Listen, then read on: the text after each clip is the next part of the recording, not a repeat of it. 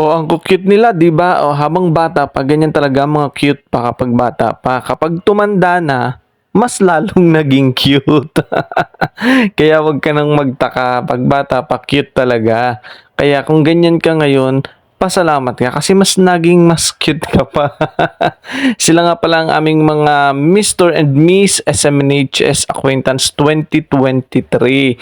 So sila ay mga grade 7 ang winelcome sa aming paaralan. Kaya naman, ito ay nagbigay ng kasiyahan, ng kaligayahan sa mga estudyante na sila ay ma-welcome sa aming paaralan. Nakakatulong din naman yung mga ganitong gawain para mapasaya sila habang nag-aaral.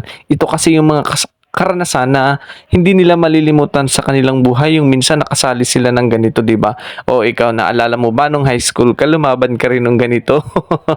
'Di ba? So hindi malilimutan at ito yung naging bahagi ng ating kwento hanggang sa paglaki. Meron tayong baon-baon galing sa paaralan. So yun lang guys, follow for more.